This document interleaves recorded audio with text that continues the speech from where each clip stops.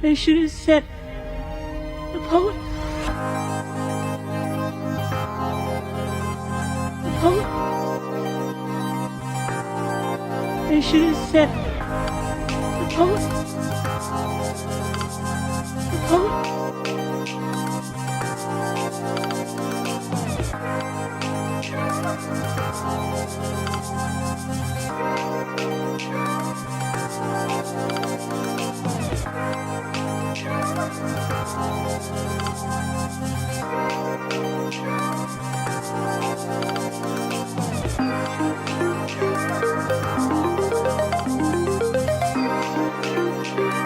Sending poets.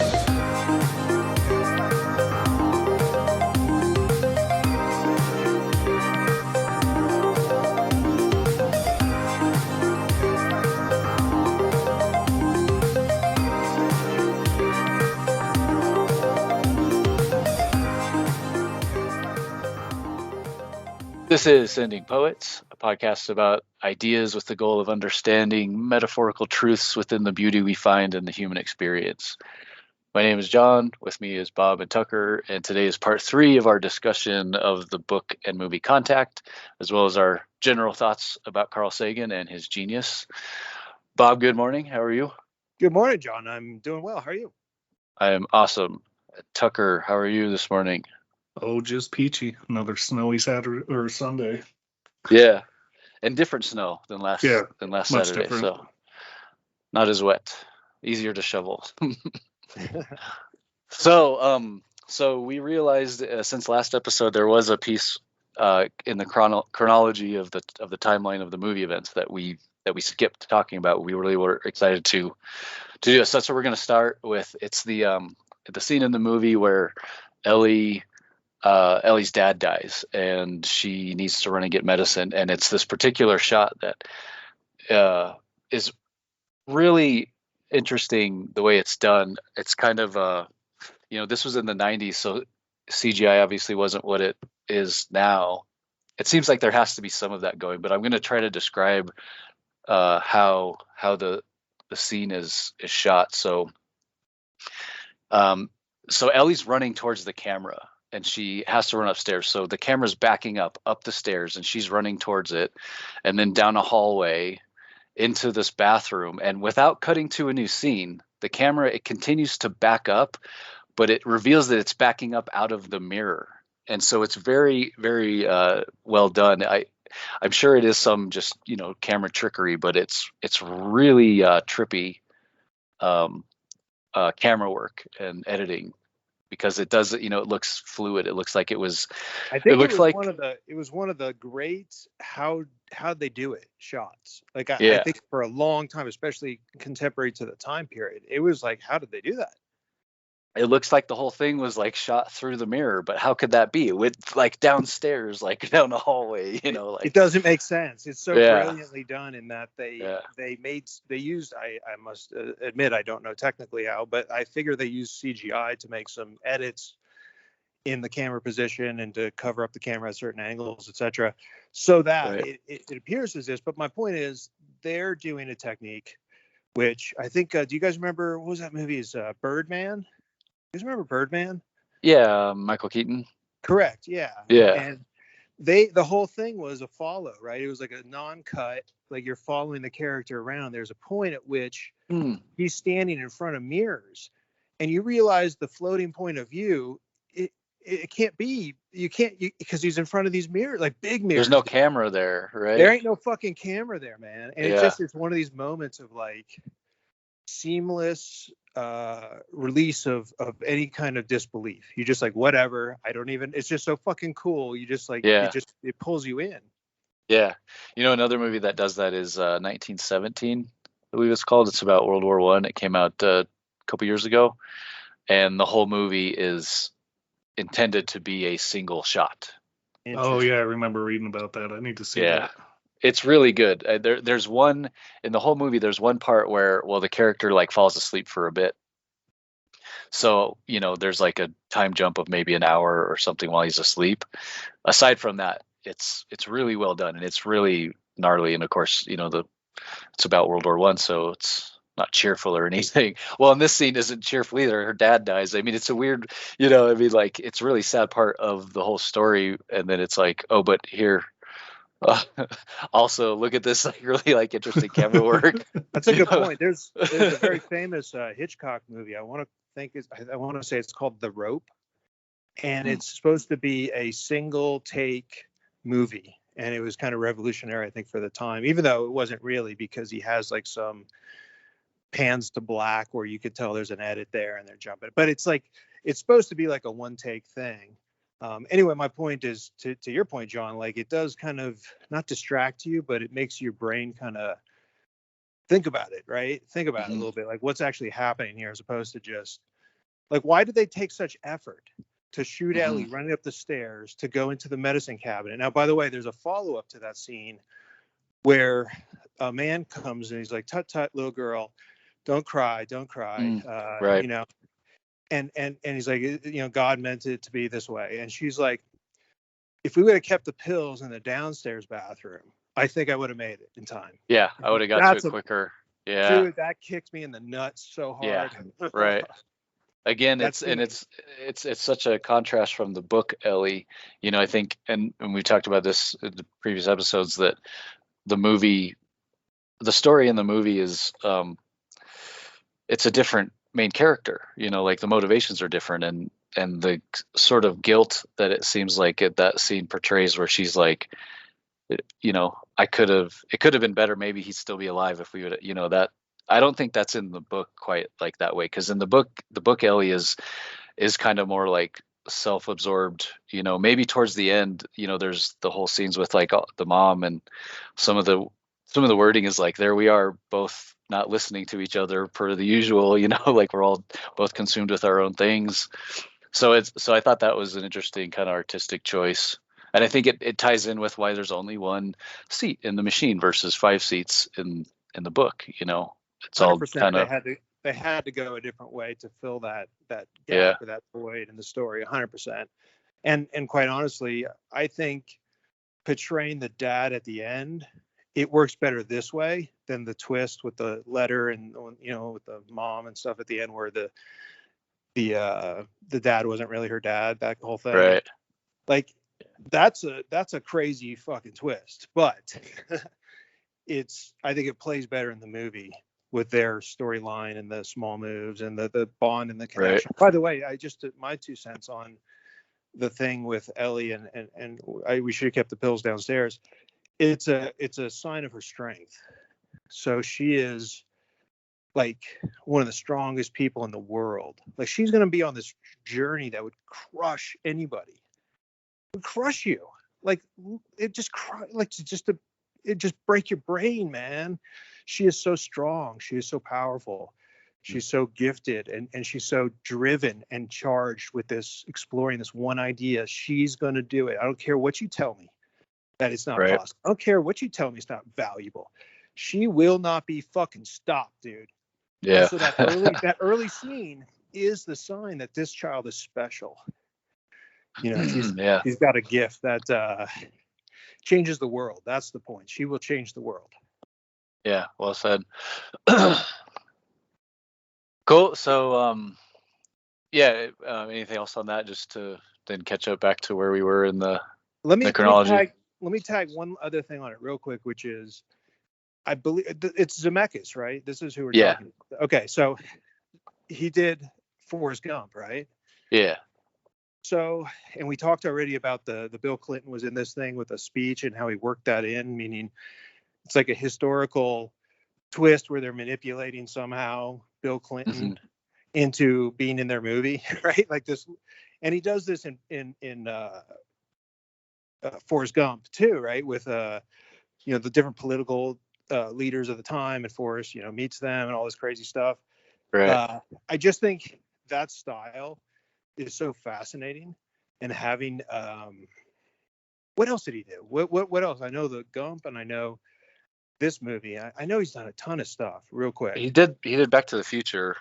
He did the Back to the Futures, but I don't know if there's that same style. What you're getting at, just the sort of CGI ahead of its time. it's like specifically with like the historical pieces.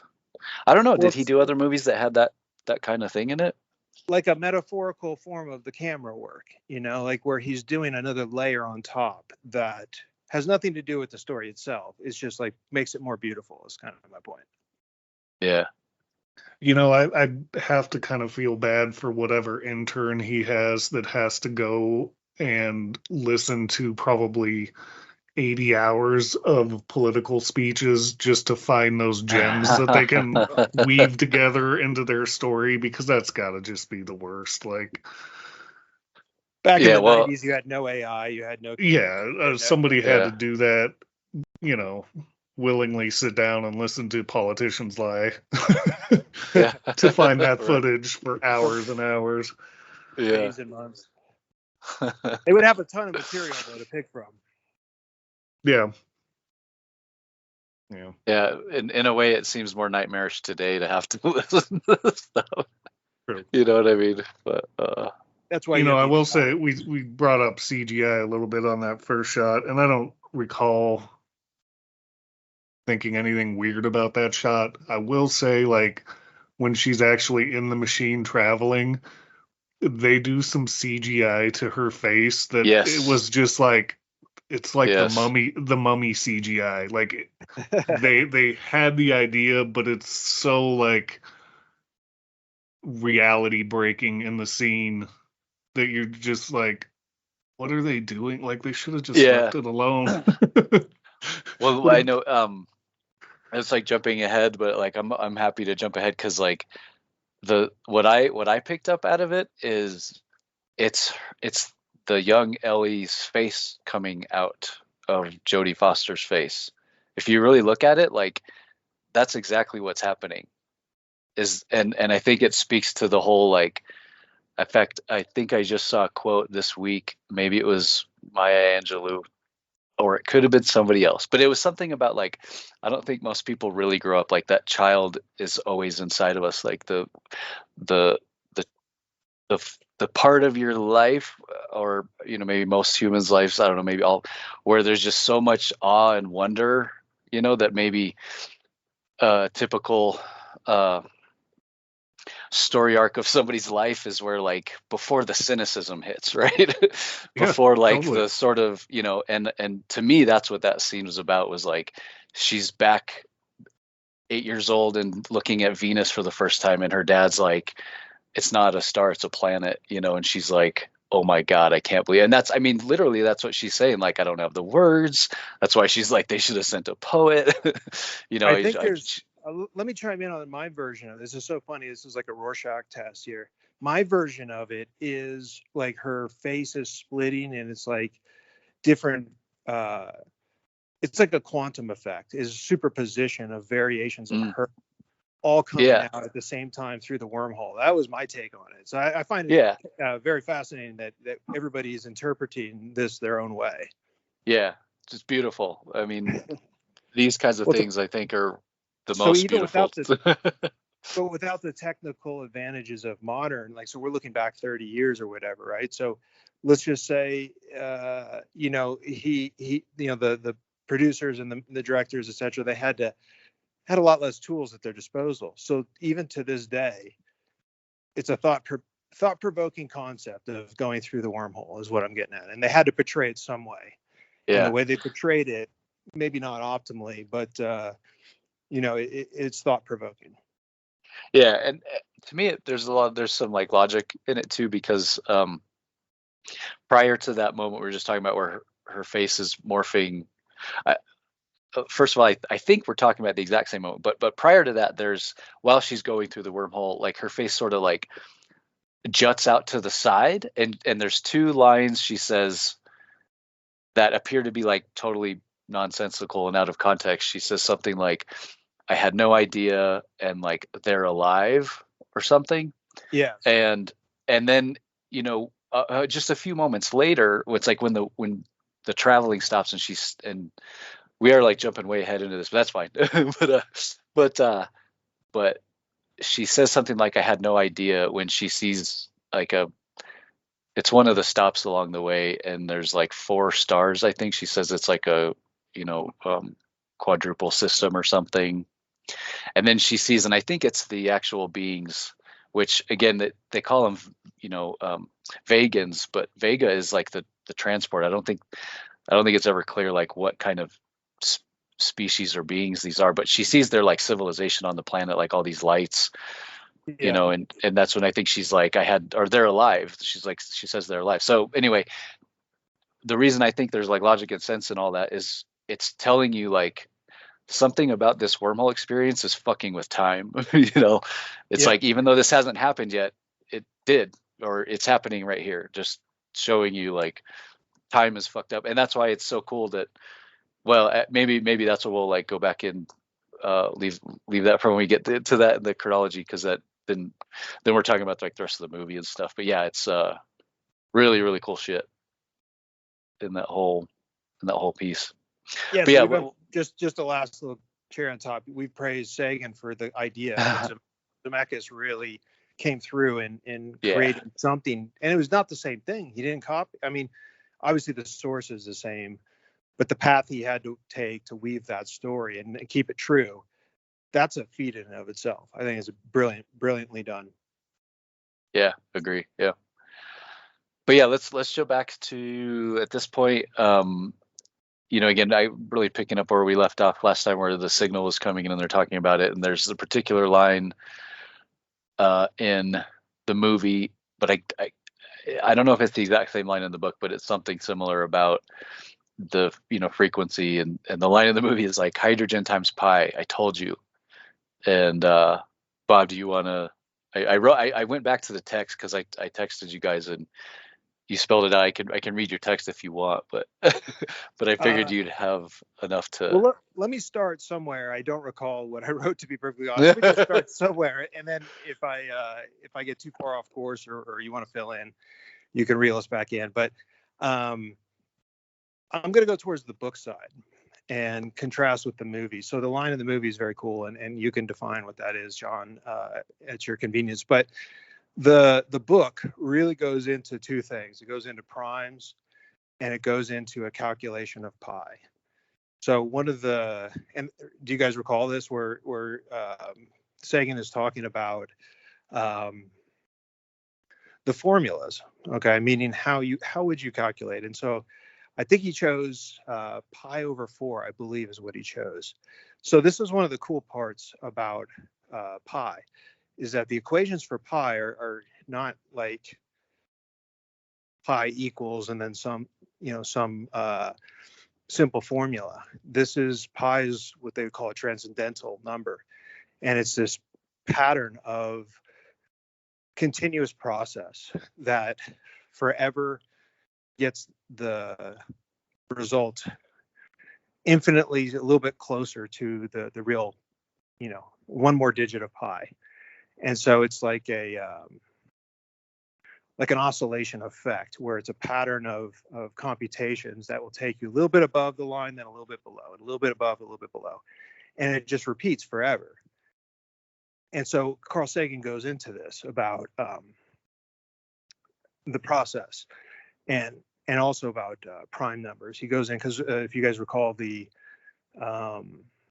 signal comes in as like a thumping sound, a weird kind of like crunching, thumping electronic sound. But it just is like, it's like dots and dashes. It's just, like a beep and then silence.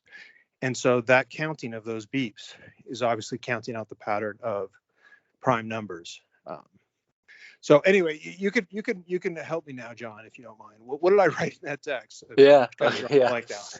So you said it was the hydrogen line, which is the frequency of the spectral line created by hydrogen, which is 1420.40575 megahertz times pi, and the ratio of a circle's diameter to its circumference. So we could just say 3.14159, and that results in 4.4623 gigahertz, and that's the frequency that the aliens are transmitting their signal, which makes Jodie Foster go, "Holy shit!" Yeah, it's intentional. It's so hard for that to be a naturally occurring accident. I mean, it's still possible, but it narrows down. Like, that's a very intelligent form of encoding that you're intelligent in your signal. So I think it's brilliant. I don't know if that was in the book. I can't recall if that was in the book. Yeah, what I think I remember is it's at the end, the whole significance of pi at the end, where there's something buried somehow, like That's right. data So like encrypted this in is, like the 20th decimal point, and then it was like, I'm not sure if I understand how that works.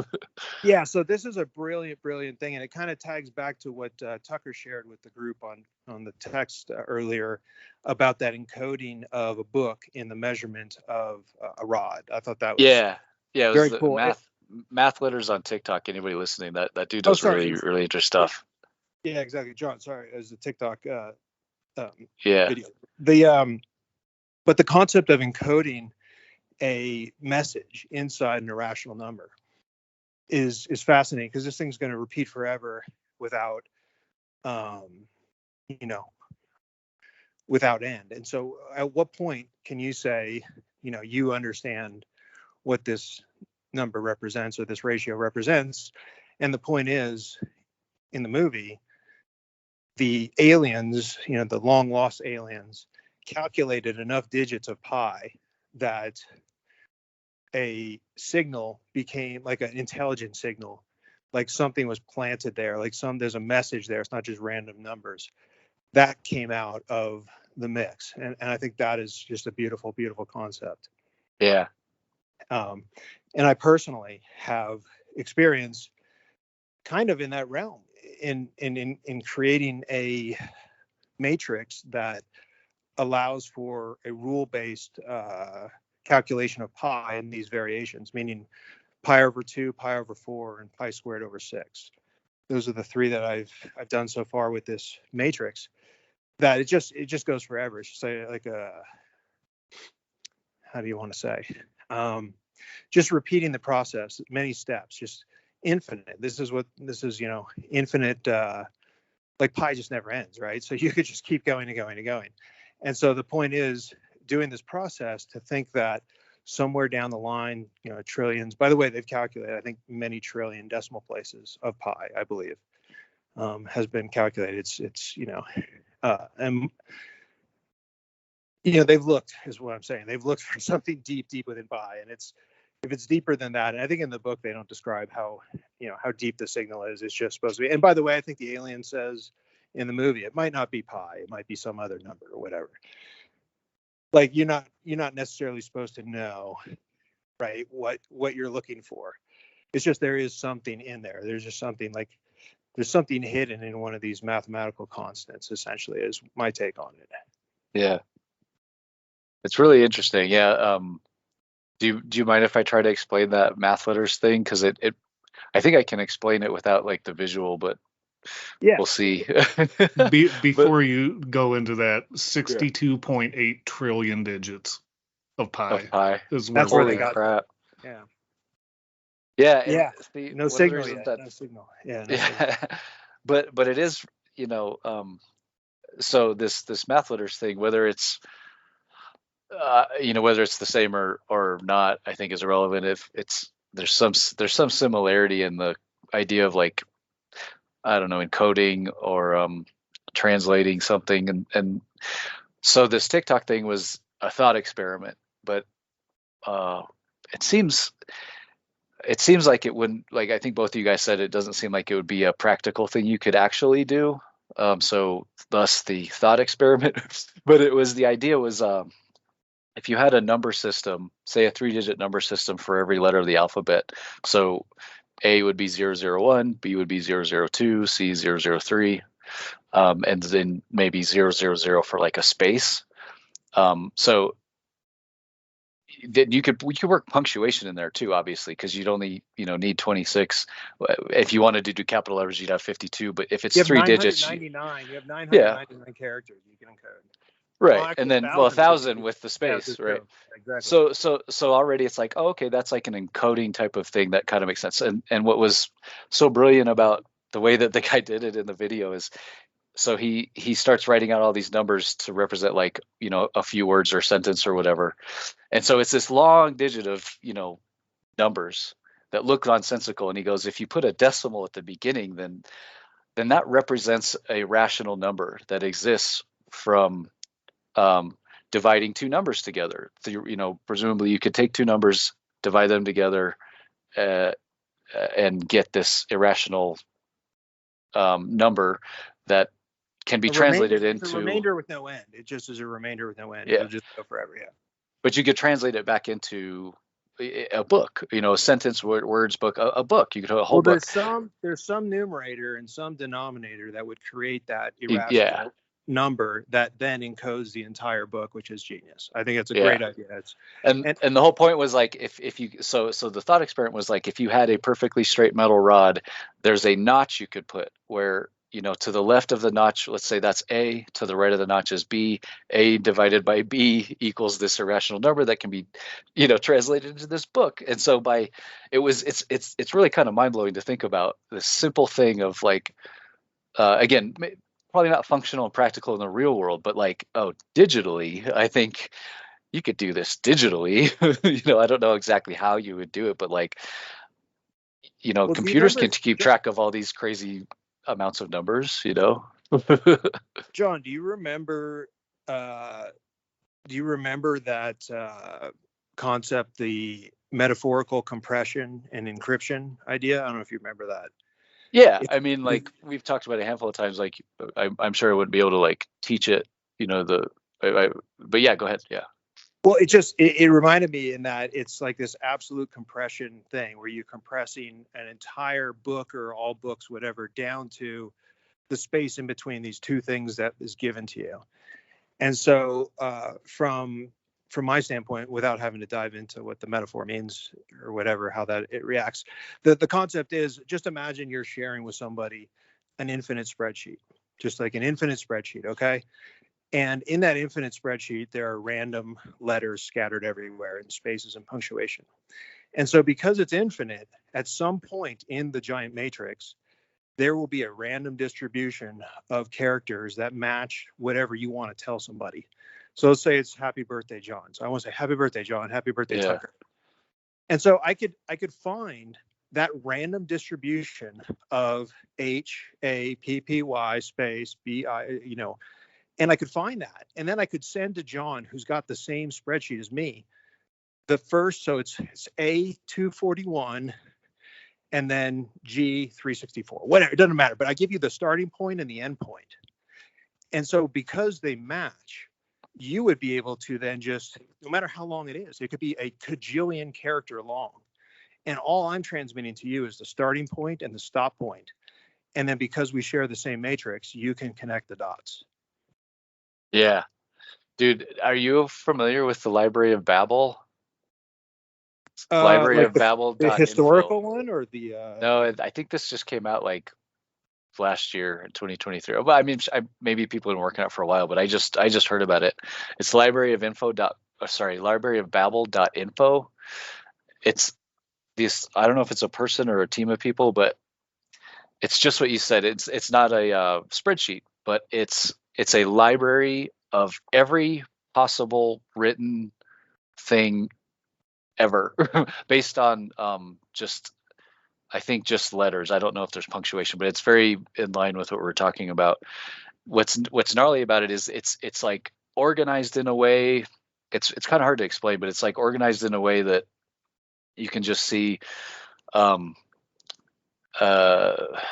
can't remember what like their index is. Yeah, I'm probably not going to do a very good job explaining it, but what makes it cool is you can search in it. You can search for anything, and it will be like, here is the book and volume or that random, just like you said, eventually, if everything is like truly random for infinity, eventually any possible combination of letters that you put together is going to show up somewhere. And it's like, here, it's in this book, in this page, this chapter. It's really interesting. So you can type anything in there. This is like a special kind of lock, and the key is time. So if you have enough time to go search for this thing, you can go find it. But someone has to, like, I can give it to you and you can just turn the key and it works. Like once I give you the address, you don't have to work to go find it. It's already there. Like all the information's already there. It's just one person had to go search for it, find it, and then put, endpoints on it, and then give it to the other person. So that might take a long time. So there is like a component of like, how do you get so much power out of something for free? And the answer is it's not for free. If you make a truly infinite random spreadsheet, it might take some deep digging to find this distribution of random letters that say happy birthday John. It might take a month, I don't know, or whatever. It depends on your computing power, but it might take a long time. Like if you're going to make something that is like War and Peace, like a book, and is it somewhere in there? I guarantee it's somewhere in there. I guarantee. How far you got to dig? Right. Ooh, baby, that's probably some deep digging. But if they went to, what was it, 62 trillion decimal places of pi? Yeah. Well, I mean, the crazy thing to think about is not only is War and Peace in there, but War and Peace in its entirety with one punctuation error is also in there. Yeah. And there's also one with one misspelling. And I mean, there's an infinite... 2 misspellings, 3 misspellings, right? All of it. That reminds me of that Simpsons bit. I don't know if you guys remember this, where I think it's Mr. Burns walks into a room full of monkeys and they're all typing on the typewriter, and he grabs the piece of paper and he pulls it out and he reads. It says, "It was the best of times. It was the blurst of times." Blurst of times, yeah. And he like, I think Mr. Smithers is there too. He like smacks the monkey or something like that. Right. Yes, sir. Yeah. Again, what a spot on kind of hidden thing with the Simpsons. That's probably a episode Simpsons did it, man. in the waiting, dude. Yeah, did it, right? Simpsons did it. Yeah. So really fascinating stuff. Yeah. I when we're done, I'll send you guys that link, Library of Babel. Just take a look at it. I think it's the exact same thing we're talking about, except again, it's not a spreadsheet. It's in the form of like a library where there's books and. It's kind of similar to what those guys did with the music, where they built an algorithm that played every possible combination of notes and then copyrighted it and then released the copyright, so you can't sue over stupid shit anymore. Yeah, it's a good point. Did we talk about that already? That sounds familiar. Yeah, no, I forget which episode, but yeah, I know we discussed it at some point. Right. But I do want to come back to pi real quick, and that is the connection I had in reading the book specifically with Sagan and pi, in that there's something special about pi. And I mean, there's special things about many numbers, but this is a very special number. And my take on the specialness of this number isn't that you're going to go 1,000 trillion decimals in and find a hidden message. And I know he was just, using that as, I don't think he was making a claim, or obviously, Sagan, but the concept that there's something hidden in pi, a concept of somehow deriving. So this is just a mathematical balancing act. I mean, it's not arbitrary, but like we're doing this base 10, which is arbitrary. I mean, you could pick a different, base 11 or something number system, and pi wouldn't be the same number. It'd have the same value, obviously, but it wouldn't be the same number. So, I mean, there's like a lot of arbitrary stuff, but I think that the key of it is the way you put these steps together. So it's not like a normal equation where you can, it's not like a differentiable equation, right? You can use calculus and find a, derivative and all this stuff. It's just not like that. It's just not like that. It's a pattern. So let's go to pi over 4, which off the top of my head, I think it's the formula for it. Pi over 4 is 1 minus a third plus a fifth minus a seventh plus a ninth minus an 11th plus a 13th minus a 15th plus a 17th. And you see the pattern. So it's an oscillation of 1 over 1, or 1 minus or plus, I can't remember how it starts, 1 plus or minus a third, and then like minus a fifth plus a seventh minus a ninth. And that's what it is forever. So you take that information, meaning you take the sum of that, and you multiply it by 4, and that is pi. Huh. The further you go in the pattern, the more precise it becomes, and it like locks in the decimal places as it goes. So you like at 3.14519 or something like that, right? Those will lock in, and the more you do it, the more decimals after those first 5 they start locking in. And so it's like forever trying to reach this infinite number. And so it's oscillating above and below, above and below, above and below this invisible line, like this, trying to get this forever trying to get a little bit closer. And so the more times you do this process, the closer you get. And my point is this. My point is, I don't think the magic is in the answer. I think it's in the process. It's how pi is structured. So there's variation. So we talked about pi over 4, and there's also pi over 2, pi squared over 6. And they're the same kind of concept. I don't need to explain it. It's hard to do it verbally without writing it down. But there are patterns of oscillating values that as you stack it forever, it gets forever closer to, this infinite number, which is kind of ridiculous to say, but you know what I'm saying. You lock in more of the decimals as you go further deep.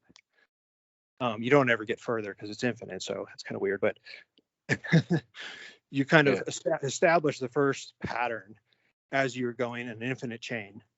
And so this pattern has a reference point to me personally, in that there's a matrix I created based off of the Fibonacci sequence. So the Fibonacci sequence is another one of these pattern generators where it's repeating the same steps over and over.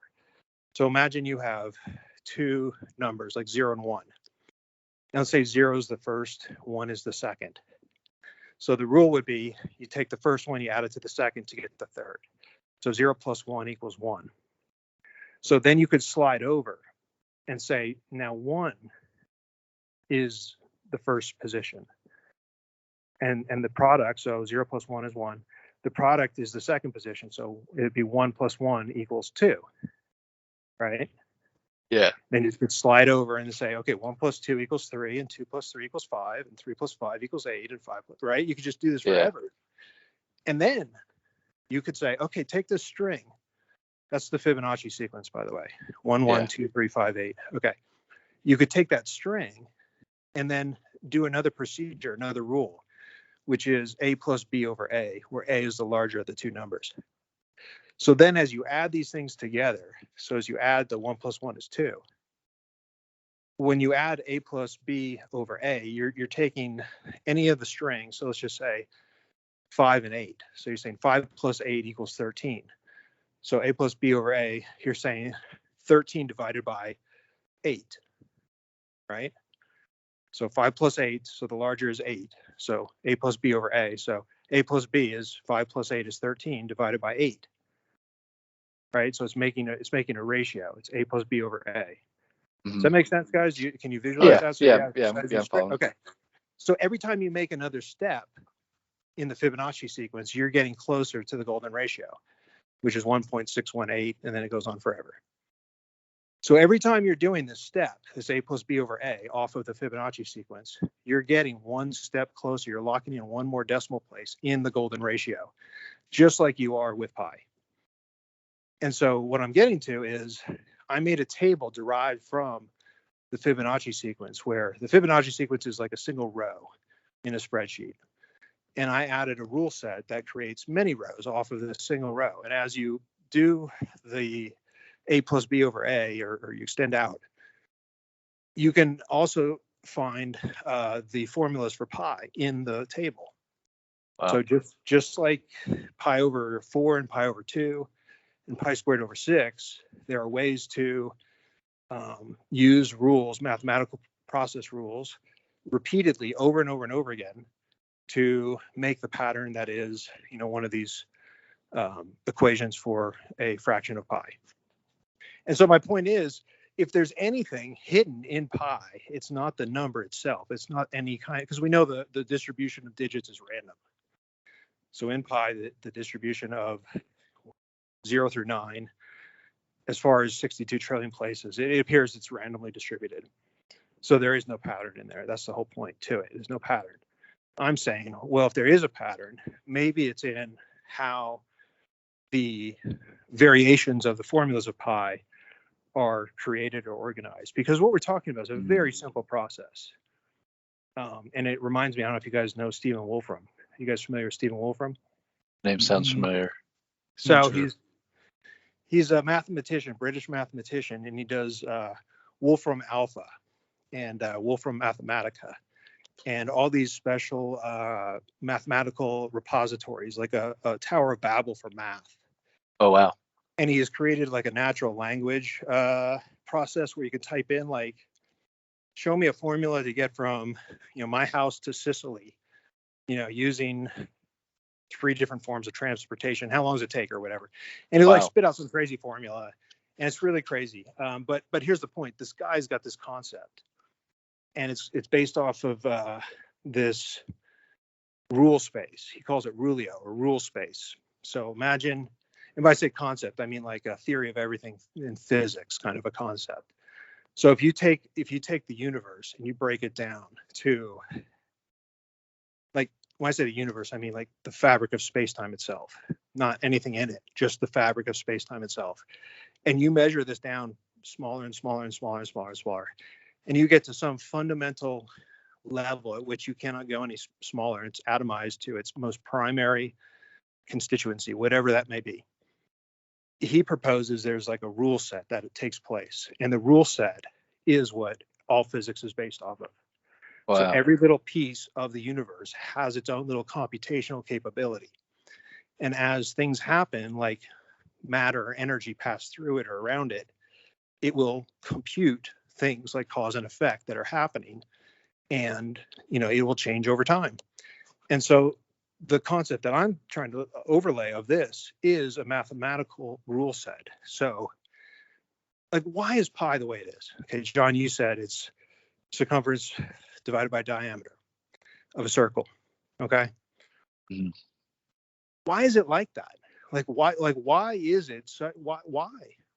Yeah. Why does that? I think there's a beauty to pi in itself. And I think what I've always taken from it is that there's no such thing as perfection. There is no perfect circle. You can get good enough. You can get good enough for whatever situation, but you can never have perfection. It's a non-existent thing. The numbers go on forever. I think there's a philosophical aspect there where it's like sometimes you just have to accept what is. You can't. Think part of that? Oh, go ahead. You could forever chase the last digit of pi. You're never going to get there. 62.8 trillion. We've had computers working on that for 30 years probably. They're never going to get there. You could run that calculation to the end of time, and you're just going to have a quadrillion, digits of pi. You're never going to actually achieve that perfection that I think the human brain and mathematicians in general strive for. It's just there's some things you just have to accept, or that's the way it is.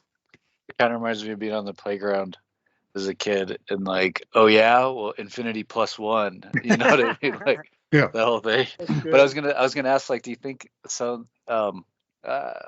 there's some correlation between that concept of perfection not being attainable and time? Because like I suppose I'm making a leap here, but I think there's something here. But the whole thing about, like, we were kind of talking about this earlier maybe, but like looking around in awareness and the whole thing of like being in the moment and being mindful about like really all we have is like right now, right now, and then it's continually like it's just always the next now. And in other words, like if perfection was attainable, doesn't it seem like you'd have to be able to stop time? Because just because time exists, just because there's always going to be the next moment coming,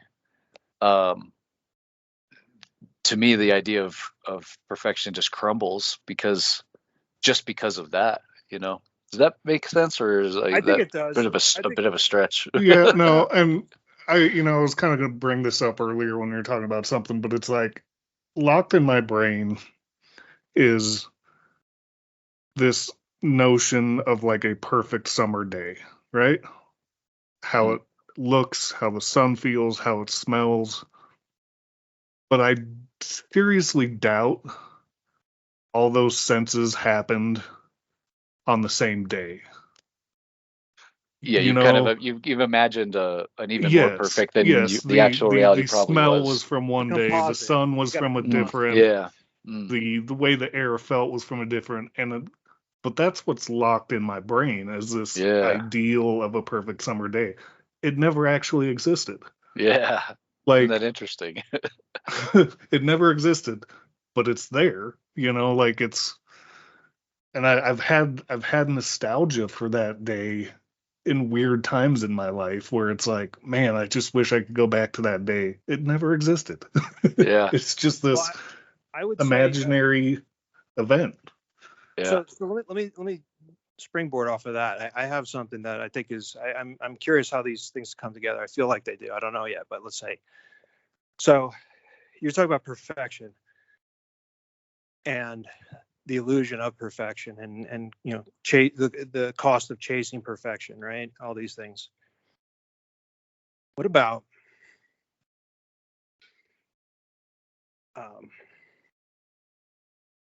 it needs suspense music.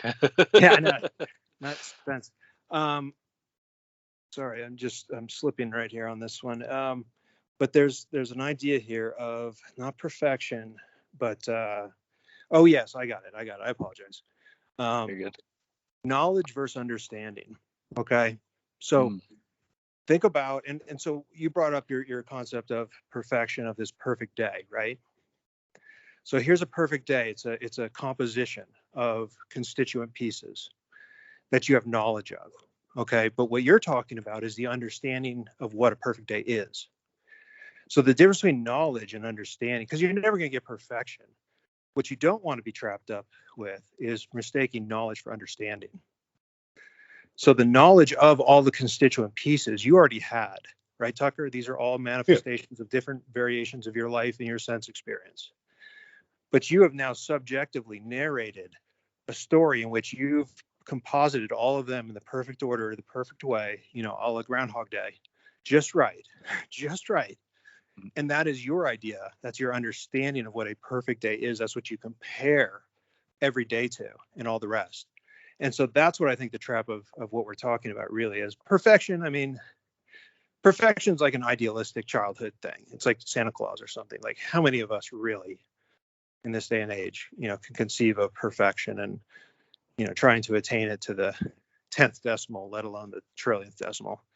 So I think it's more about the tension of what we know versus what we understand.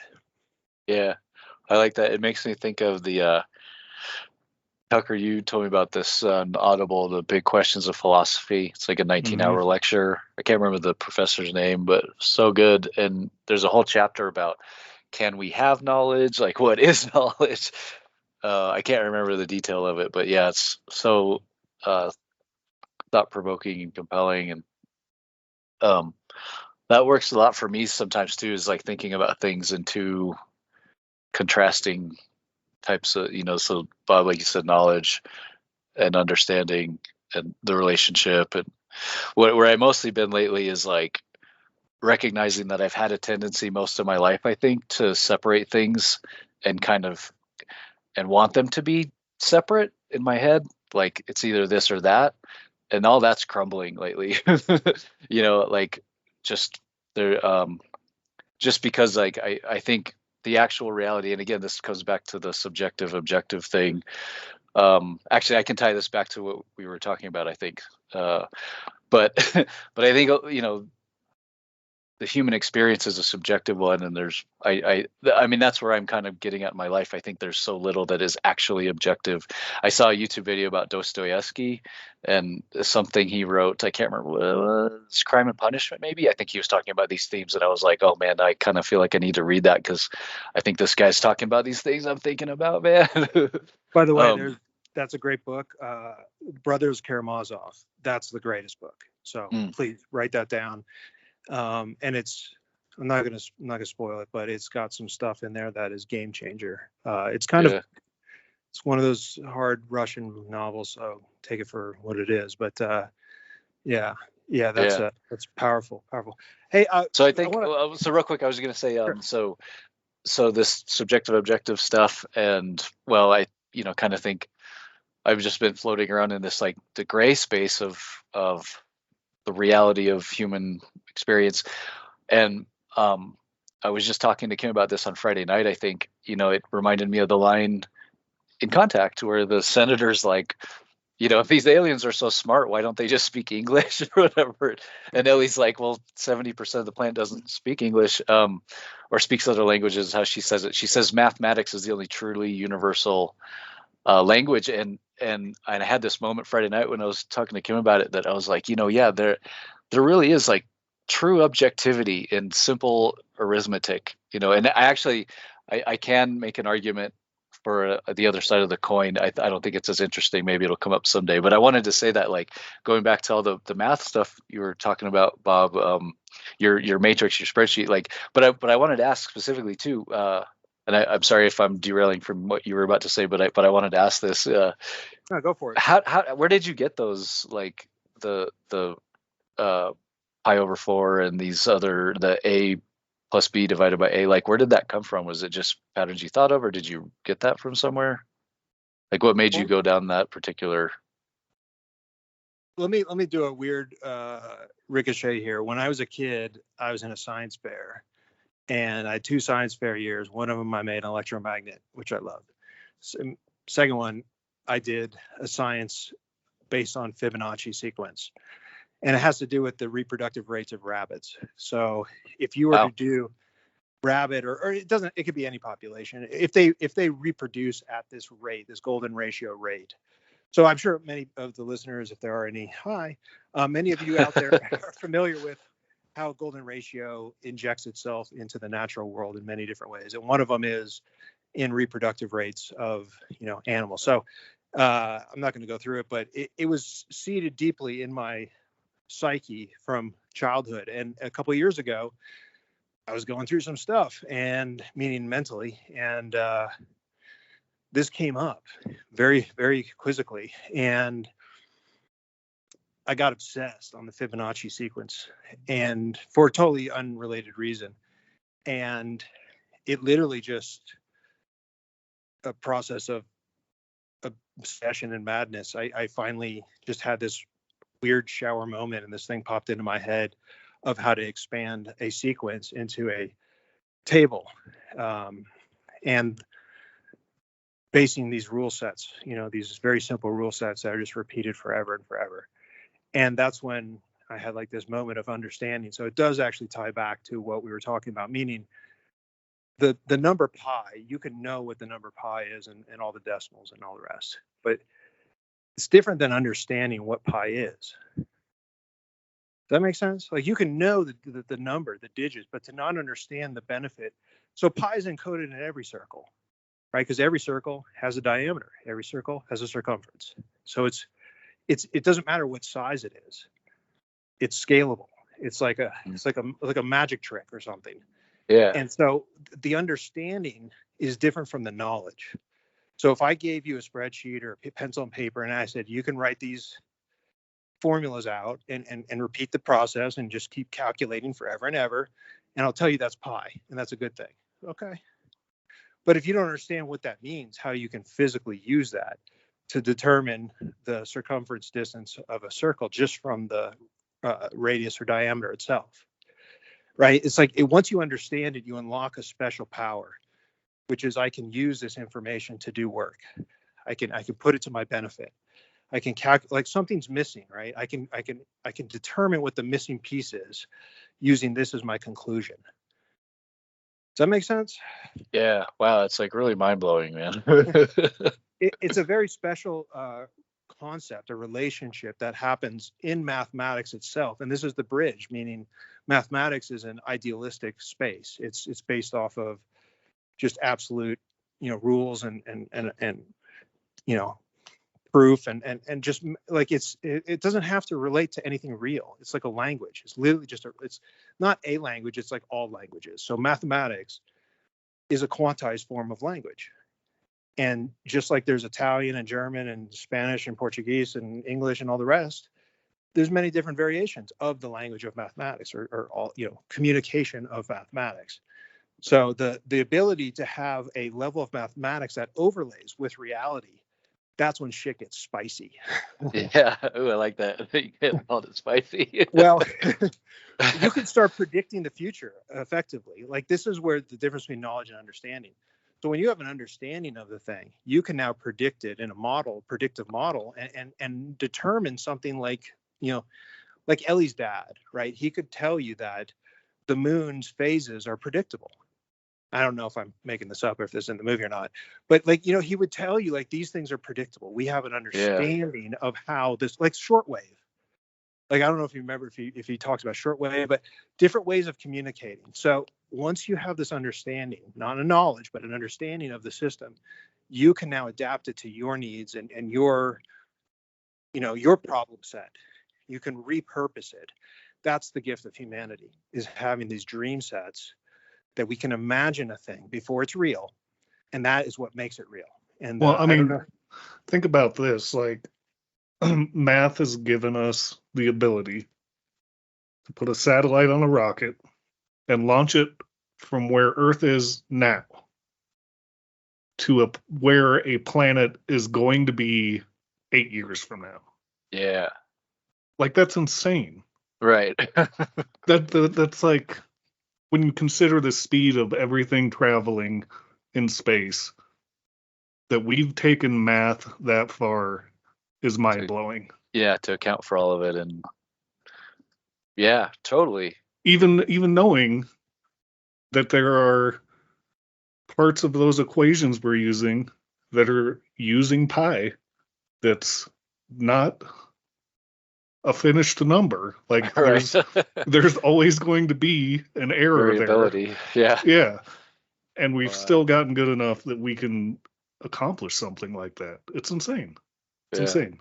And back to the storyline, we're just getting started, meaning the aliens that Ellie meets, they're not even the builders of the transit system. Right. Yeah. Like, somebody built it. It was here when we got here or whatever. It was here when we got here. We don't even know who built this thing. By the way, so gnarly. I think that's an allusion to the Romans. So the Romans built all these roads, had all these aqueducts and structures, and then they were gone. The empire died out. And then, Middle Ages, Renaissance, they're just like started to pick this shit back up again, right? And going back to the Greeks and all this stuff. Like, so things get lost. Like, libraries burn. and there was some place we went in Milan, some museum, and you could go down in the catacombs, and you're below, you're 10, 15 feet below ground level, and the floor of these catacombs is an ancient Roman road that they just left and built on top of it. And it's like, it's crazy to think, like, how much history is there, like how many civilizations are 15 feet below our feet that we never think about. Right. And on top of that, what I like even as much, if not more, are this is what fascinates me to no end, is the fossilized footprints. I don't know if you guys are familiar with fossilized footprints, where there'll be every once in a while, like, a human or an animal will walk across a thing, and the conditions are such that walking pattern, the prints themselves, will be fossilized. And so to have trails, I'm trying to remember where it was, like White Sands, New Mexico or something is in my head. I don't know if that's right. But there was this one in America recently, because these things pop out of the ground, meaning it's part of erosion. As the ground erodes, all of a sudden you'll see footprints one day where you couldn't have seen them before. And so there's these, thousands and thousands, I think it's 30,000-year-old footprints. And so just to think, underneath our feet and underneath the Romans' feet and underneath their feet and underneath their feet. Diego, I don't know if you've ever gone there, but Morrison, you're talking about Morrison, right? The no, dinosaur tracks. Because I haven't been there, but Canyon City on Skyline Drive, which is this little dirt road that goes up this ridge line, and on the left side there's this rock outcropping that kind of juts out of the hill, and there's part of that where there's a series of dinosaur footprints, and you're not actually seeing. You're seeing it from the bottom, like they stick out of the rock. So you're not seeing the impression, you're seeing the underside, and then the rock eroded around those footprints. So you're actually seeing it pop out of the rock. But it's crazy, dude. The fossil is less eroded than the rock surrounding. Yeah, that's awesome. I don't think I've seen that, but am I right? There's that. I think it's not the same thing, but it's similar, like near Morrison, Colorado. There is one up around there somewhere too. But I love just where you went. Sorry, I love where you went with that. In that the scale of time. So we started with like Romans, and then we went ancient humans and animals, and then we went to dinosaurs. I mean, dinosaurs. No, it's a really good point, because we talk about how old the quote unquote the metaphorical footprint of the transit system was that the smart aliens now found, right? I mean, it's such a fractal thing, the scale of time. So I've talked a little bit about the series of books I'm reading that's like started sci-fi but never really has gone back to it. The first novel I read from that guy, which is how I got into this series, is much more sci-fi, and they find this orb sitting in the ice up in like Greenland somewhere, and over several decades have figured out how to communicate with this orb, and basically find out that it's been there since like the Cretaceous, and it has recorded everything that has happened in its surrounding area that whole time. It literally has a digital recording of millions of years of history. Wow. And like that concept I just found like fascinating. Like the amount of work you could do with something like that is insane. Like you could have 1,000 scientists studying something like that for 1,000,000 years and still be finding new things to discover. Like, I'm curious. It was a great book, and it's definitely set up for sequels, but it hasn't happened yet. Do you remember what it was called? Harbinger, I believe. And it's by Olin Thorensen, which is just, what a name. Guy lucked out. It's got that strong Viking blood. Yeah. I kind of had a Dr. Evil moment. Quick Viking shout out. I just finished part 2 of the Viking series by Hardcore History with Dan Carlin, right? Yeah, thank you, Dan Carlin. Yeah, so he does. I can't remember what the title is other than it's part 2 of the Viking series, but it's part. They're both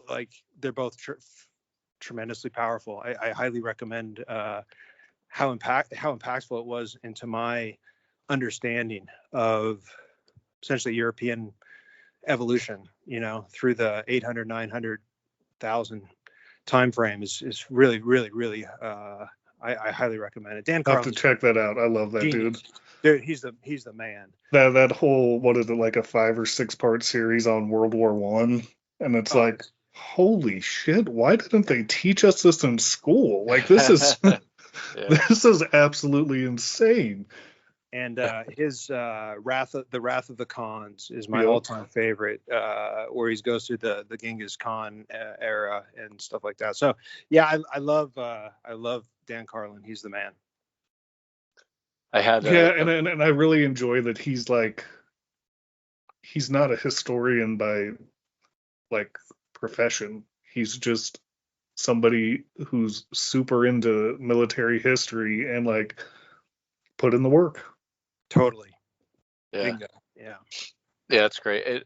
When you were talking about that book, Tucker, I had like a Dr. Evil moment of like, yeah, if something was found and it's like, oh wow, this is like an actual digital history. Well, it was like my brain went to like somebody, put that there, and it's like not actually historically accurate at all. It's all just like there to like manipulate people, and like that's that it's obviously not the book you read, but like that's where my brain went. I mean, and there's a lot more that happens in the book, but basically like they find out the orb is just kind of like an intermediary, and eventually they talk to one of the beings that created the orb, and they basically find out like, yeah, we kind of put these on all planets that develop life, and just to study it, and also to document how civilizations destroy themselves. And you guys are like walking that line. Yeah. Like there are ways out of this, but oh man, that would be a great transition back into some of the movie. but there's a few things I want to get to first.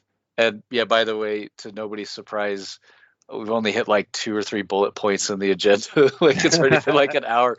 I mean, I knew we'd be, talking. Well, we said like over under 4.5. Like it's going to be over 4.5 episodes before we're done talking about this. Solid 5, and then the comments we do back, after what do they call it, deleted scenes and stuff. We probably add that. Yeah. Right. Yeah. Well, actually, I want to jump one last little piece on Pi before we move off. Okay. Which is just another concept of re-envisioning, maybe not changing the knowledge, but changing the understanding. So we've been discussing what is the definition of pi. Well, it's a ratio between the circumference and the diameter. Fair enough. What if though? What if it's not that? Now it could be that too. But imagine you mean like coincidentally? What if it's just happens to be a coincidence that it's that, but it's actually no. All I'm saying is if you look at it with a different understanding, it can be seen as the ratio between the circumference and diameter of a circle, but maybe it could be something else as well, and we're only looking at it from one angle. Yeah, gotcha. So the alternate view or point of view could be, visualize a circle in your head and visualize putting a diameter horizontally.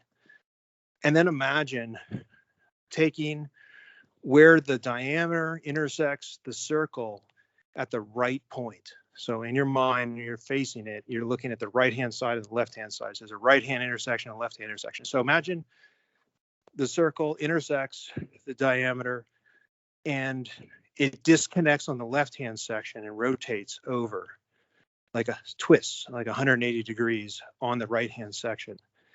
And instead of it being a circle, you now have essentially a waveform. So you unhinge the bottom half of a circle and you open it and close it to the other side, so to speak, reflect it. And so now you have a point, let's just say you have the zero line, the origin. So you have a point on the left of the left of your imagination where the diameter intersects the circle. And then you'd have a positive point where it peaks above the diameter. Then it would come back down and hit the origin again. And then instead of going backwards, so to speak, it's progressing forwards. And so now it's going to make a depression or a trough below the center line and then come back up and meet the center line again, but further down the line. Does that make sense? Yeah, I see it now. Yeah. So my point is, and this is just a thought experiment, why isn't the understanding of what pi is, why isn't it that? Like, why is something about waves? Yeah, well, it could be. So why isn't it? But we are understanding. What is pi? Well, it's the circumference of the, to the diameter. It's this thing. Well, maybe it is. Maybe it isn't. I don't know. I'm just saying there are many ways to look at this thing.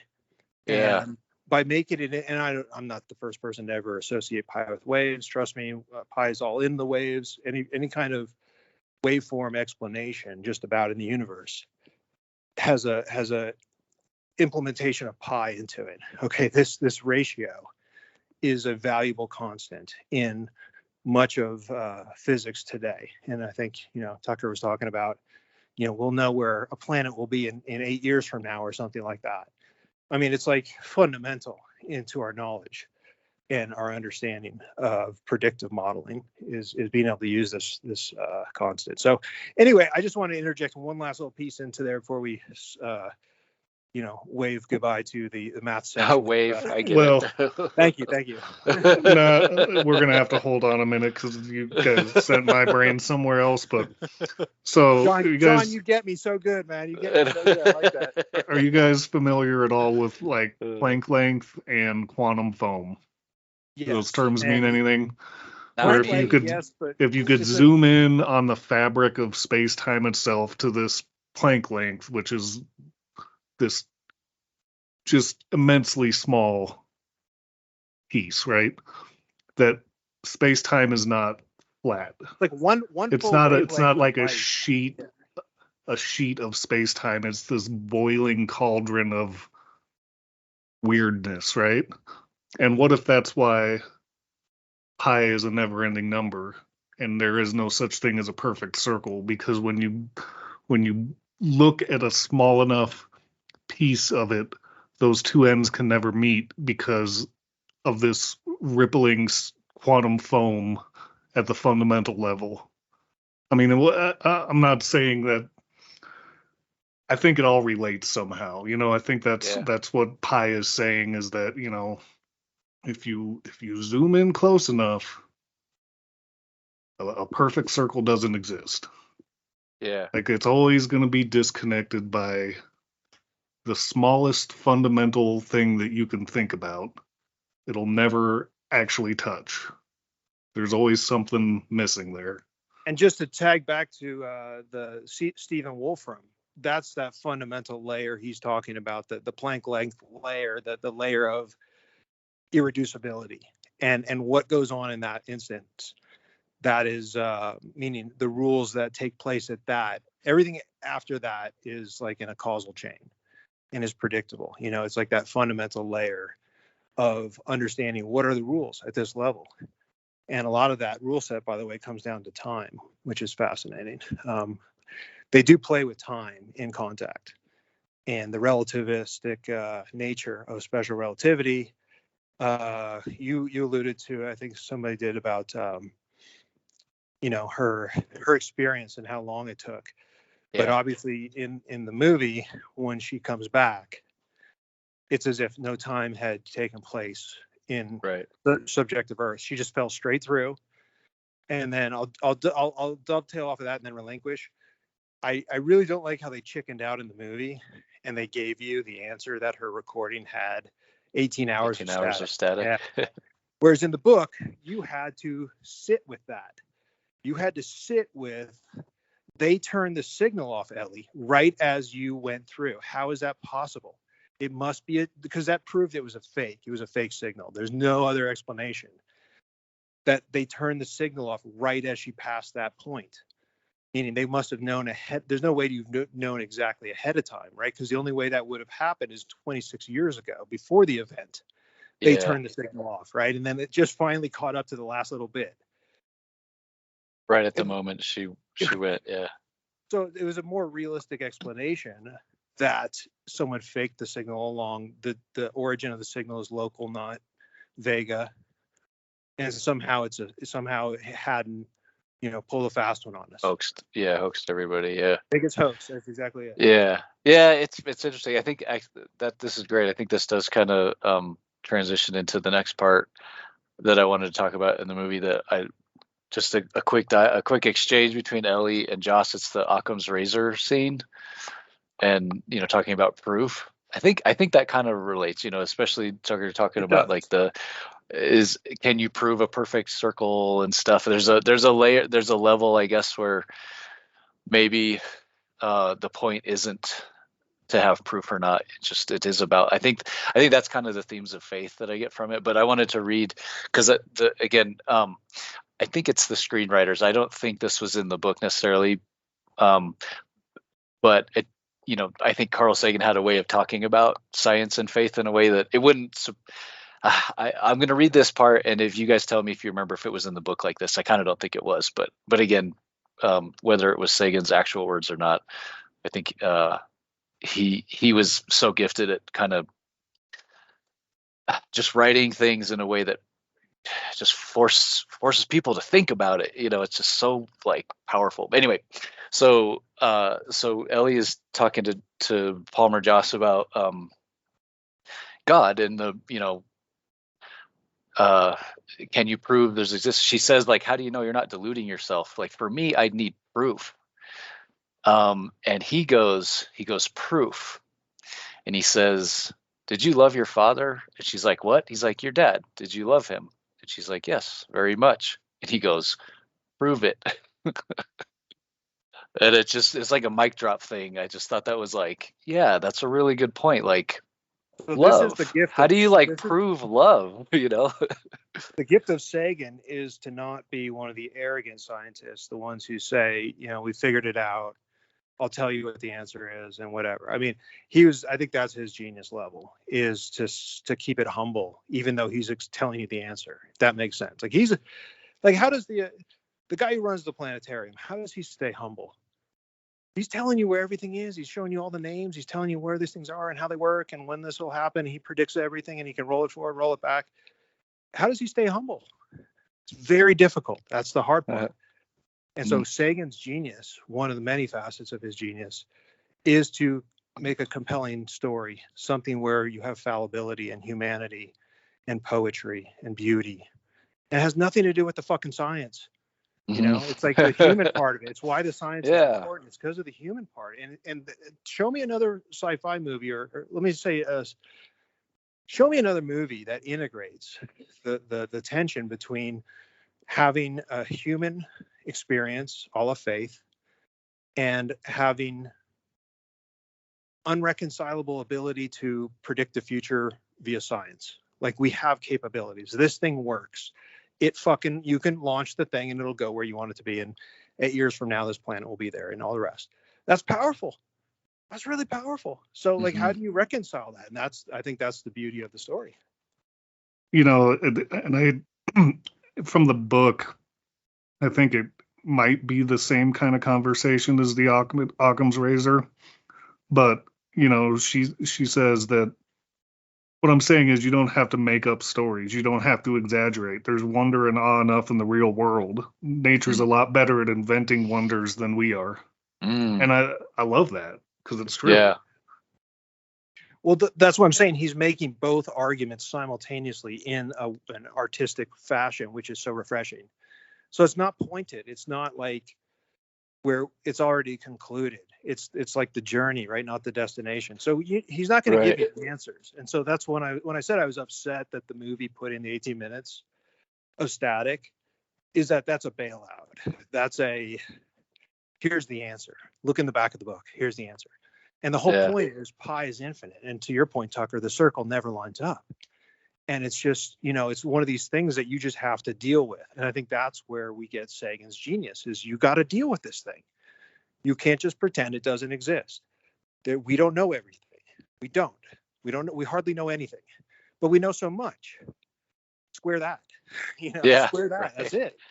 Right. It's like it's a continually moving target. In a way, this is sort of paralleling this idea about a metal rod with a notch in it, where there's an A section and a B section, where like the further we progress as a civilization, it's like the more we understand through science, and the less we need to rely on the stories that 3,000. The movie 3,000 Years of Longing. I think I've told you guys about this before. There's a real quick scene, but it's really beautifully done. It's sort of a lecture type of scene, I suppose. And this guy just says, how would you explain the changing of the seasons, the sun rising and setting, if you didn't know that we were on a sphere rotating at an angle, like orbiting a blazing hot star? You would have stories, you would have gods, you would make up reasons to explain it. And this it's like two people kind of giving a lecture, and the main character then kind of takes over and she says, mythology is what we knew then, science is what we know so far. And so to me, it's like the mythology is like the A segment and the science is the B segment. And the further we go, like the more science, the more we don't have to, most of the most of our species doesn't think that the sun rises and falls because a god is making it happen. Most of our species believe that at least it's some kind of celestial thing. I think most believe that, it's But let me do the the Earth Sagan. is a globe, but there are people that think it's Let me do the Sagan flat. But counterpoint though. The Sagan, I feel, would counterpoint in that isn't today's science tomorrow's mythology then? In some ways, yeah. yeah, So right. That's I think where he's coming from is you got to put yourself. So like the very top of us today. So we're modern. We're real time. Let's just say we're not in a simulation. Okay. Let's just say this is real, and we're in present day right now. And let's just say as far as we can go is right now. Well, in the future, now is going to be not very far. Right. And so the humbleness, the humbleness of saying, yes, this is our best explanation of things now. Because here's what it defeats. It defeats the ability to poke a hole in science's prediction and bring it all down. So you would have, in the past, you would have a science prediction, and let's just say it was in error. Well, does that mean science is a bad tool? It's a bad system? The concept of the scientific method, does that mean that is in error? No. It means, there was an experiment, and, this is the result, and we got to figure it out and iterate and improve. And so I think to say that we are far from understanding the universe, we are so far from it. We're like little children, like little babies. Yeah. That's the more accurate description. And so that's the point of, I think, the Sagan concept of not only are we babies, but the people who will, metaphorically, that are in the universe instructing us, they're children too. Like you'll never get to the depth of the dinosaur footprint. It's so far back, so, but it's there, meaning whoever's here now, how do we know there wasn't someone equal to us in there now, but it was millions of years ago? And so they've had another million to imagine they didn't destroy themselves. They've had another 2 million years from our now. It's just unfathomable. Is my well, point. I mean, think about it. If you can relate science as a whole back to pi, like our combined scientific knowledge is pi to 68 trillion digits. Yeah. Well, guess what? There's another 68 trillion to go, and there's another 68 trillion after that. There's no end to it. Yeah. Exactly. Which is a beautiful thing if you are real about it. This is what I think Sagan hit out of the park, is that he was honest about it. So he doesn't play off that faith isn't a part of this thing, meaning belief in something that's not yet proven or is unprovable in general. This is part of the human condition. This is part of discovery. This is part of exploration. The magic of it, right? Yeah. The listening for the signal in the dark where you have no proof that there is one. She was listening to nothing for years. Not a drop of anything came through that microphone ever once. Until one day it was all of it all at once, all right. It's just the whole shebang. And so she had this unyielding vision of what could be. And she had a lot of reasons. It's a lot of space. It's a lot of empty space out there, right? It'd be a waste. Right. Yeah. It'd be a fucking waste. But that's not proof. See, that's not proof though. And this is the genius of it. That is not proof, just like seeing a human being is not proof in a creator of human beings. Yeah. Wow. This is a good transition back in a couple other movie quotes I wanted to include. There's the scene where they're talking about selecting the candidate to go. Since it's only one person. I think in the book there's also a committee, but obviously there's 5 people that go.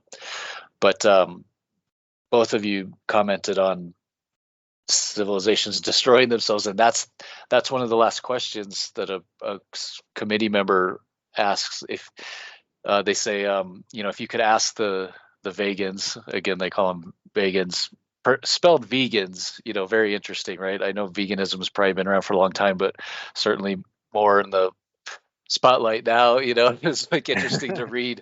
Oh yeah, it's vegan, not vegan. Anyway, but so Ellie's like, how did you do it? How did you evolve? How did you survive this technological adolescence without destroying yourself? So, just tying in with all that again, I'm curious of that, I'm curious of that, like, because I've commented, a few times on, I think we're into this part in our civilization where we just like don't have to kill each other like maybe we used to in like primitive, iterations of our evolution. And so the idea that would be a question to ask people who've figured out, interstellar travel, really resonated with me.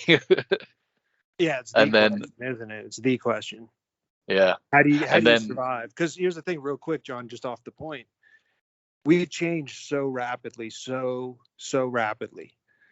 It's so unstabilizing. Like, how do you get progress with stability? Like, that is the fundamental thing. Because if you can have a guaranteed growth without risk of catastrophe, meaning pandemic or tsunami or asteroid or whatever, the poles, the magnetic pole of Earth flips or ozone layer hole in the ozone.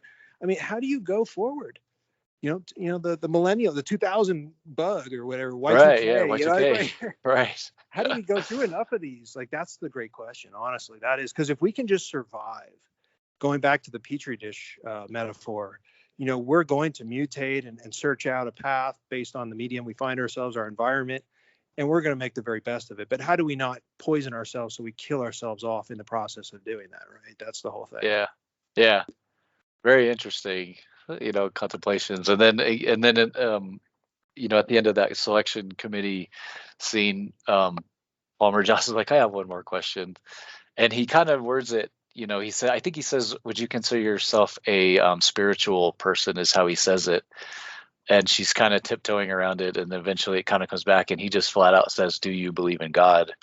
And it's really, again, writing is spectacular because she doesn't, there's a little bit more back and forth, and she ends up saying, like, I believe I've already answered that, because she's talking about, like, I rely on reproducible results.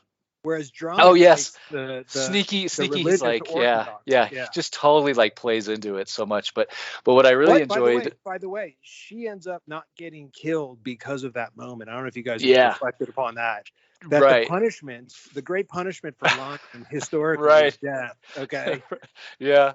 Very, very almost spooky in a way of like, yeah. What I said before, when I said Sagan will last, his book and the Johnny Appleseed of ideas or whatever. Yes, Johnny Appleseed. Yeah. It will last, and that was off of Tucker's idea. It'll last, 10,000 years, man. These archetypes he's put into this thing are so, they're like, it's next level. It's like the Greeks, it's like the tragedies or something. He's built in these beautiful points. I love it. Yeah. There was actually on Reddit this week in the Suggest Me a Book subreddit, somebody asked the question, which authors of the last 25 years are still going to be relevant 50 or 100 years from now? And of course, I immediately typed Sagan, and I was like, oh, fuck, he died 27 years ago. Like, wow. Wow. Yeah, gnarly. Yeah. But still, immortal for sure. In that way we were talking about before. So then the follow-up kind of to that I thought was really interesting about that question Palmer asks, in the scene afterwards, Ellie kind of confronts him and is kind of like, why did you do that? You screwed me. Like you do. But he says, he's like 95% of the world believes in some form of higher power. He's like, I couldn't in good conscience vote for someone who believed that 95% of us are suffering from some sort of mass delusion. Well, the reason I thought that was interesting is like, okay, so in the 80s, right? I mean, when I don't remember if that again was word for word of the book, but at least in the 90s when they were making this, maybe 95% was like, what is it today? So Gallup, I don't know if you guys are familiar with Gallup International. They do surveys. They're pretty reputable for, research and statistics and stuff. So I Googled it, and according to the study, or at least this article from April of 2023, it's still, most people believe there's a God. It says, while 62% identify as religious, 72% say that there is a God. And I think that's very telling. So in the 90s, I guess first of all, maybe the screenwriters just pulled that out of thin air, 95%. Something tells me probably not. Something tells me they probably did try to get some type of accurate statistic. And whether it's 95 or sorry, whether it was 95% in the 90s, it probably was pretty high up there.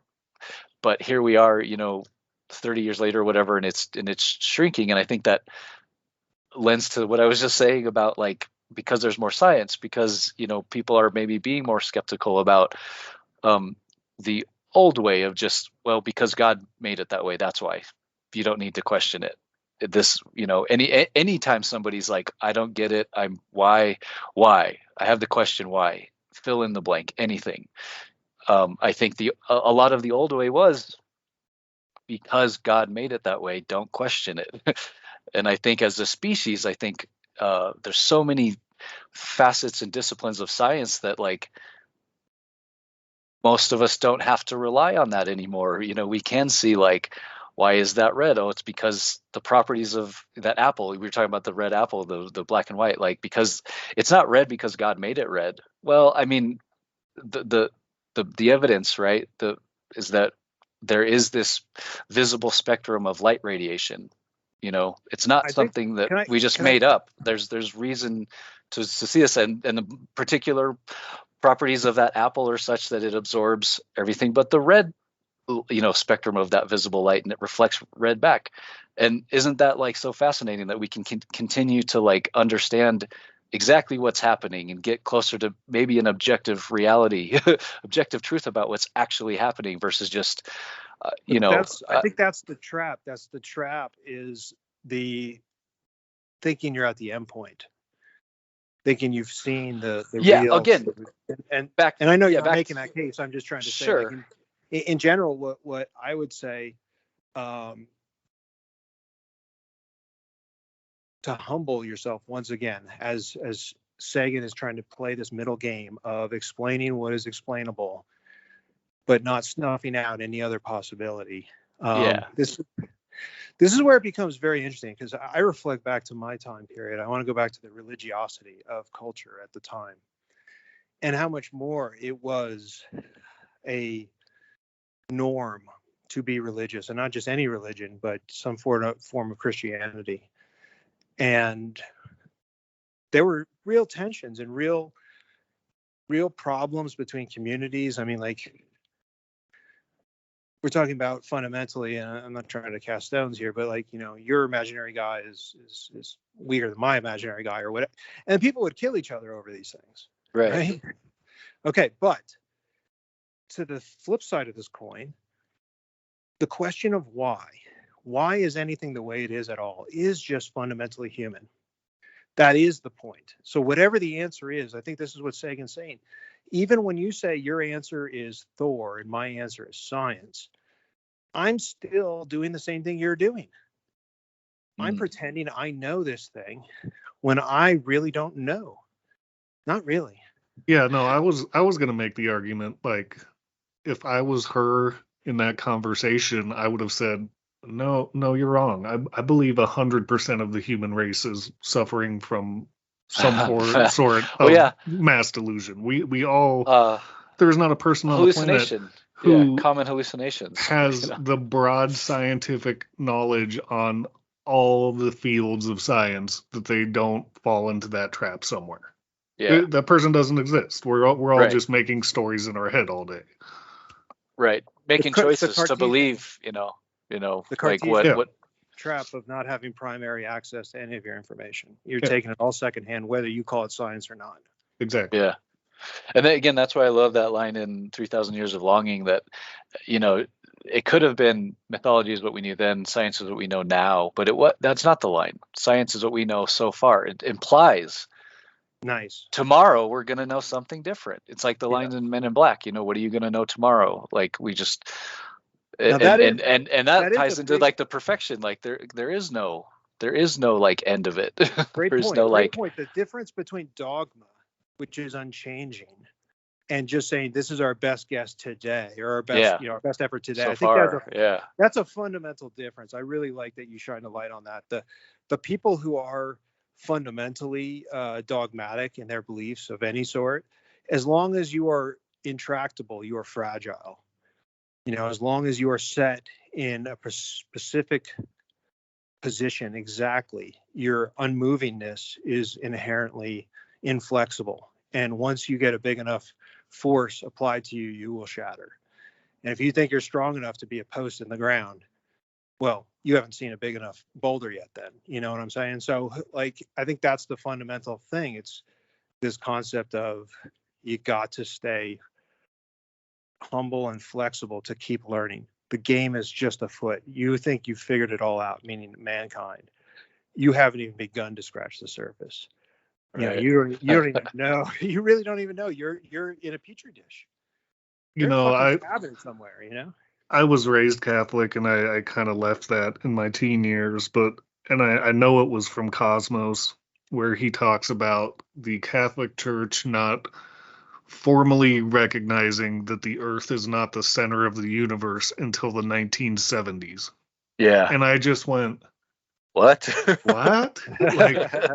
like yeah. that?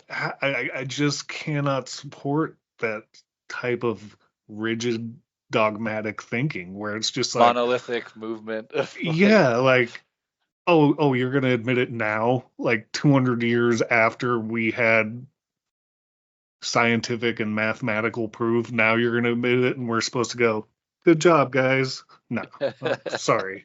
But let me throw it back. I want to do a devil's advocate here, which is going back to the moment of testing Ellie's faith and her love for her dad, and that it's unprovable. Yeah. So whatever it is, it comes back, and you will have a moment, not you specifically, but we all will have a moment of I have a feeling. It feels such a feeling. And by the way, thank you. By the way, you're not wrong. Nobody can tell you otherwise. It feels the way it feels when you look at red. And I cannot tell you you're wrong. Yeah. I cannot tell me I'm wrong. And so we get to this point of subjectivity.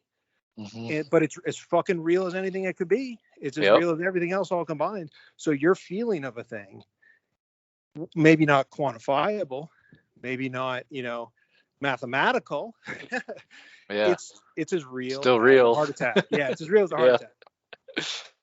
Yeah, it's we'll do a whole episode or series of episodes about feeling one day, I'm sure.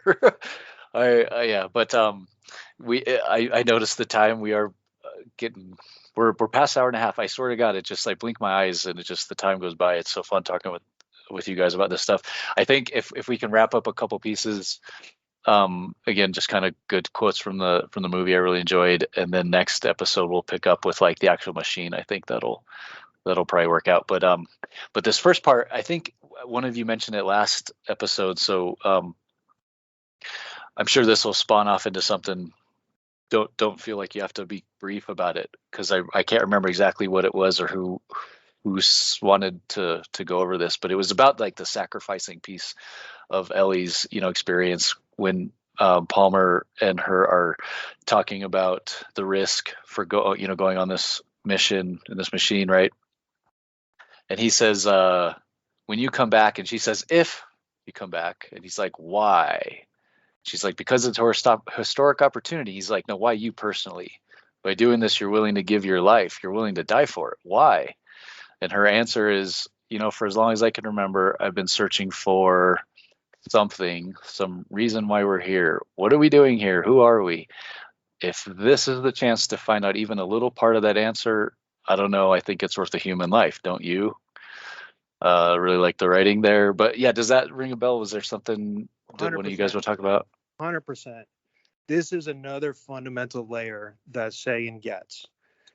And the point of the understanding is you will die no matter what you do.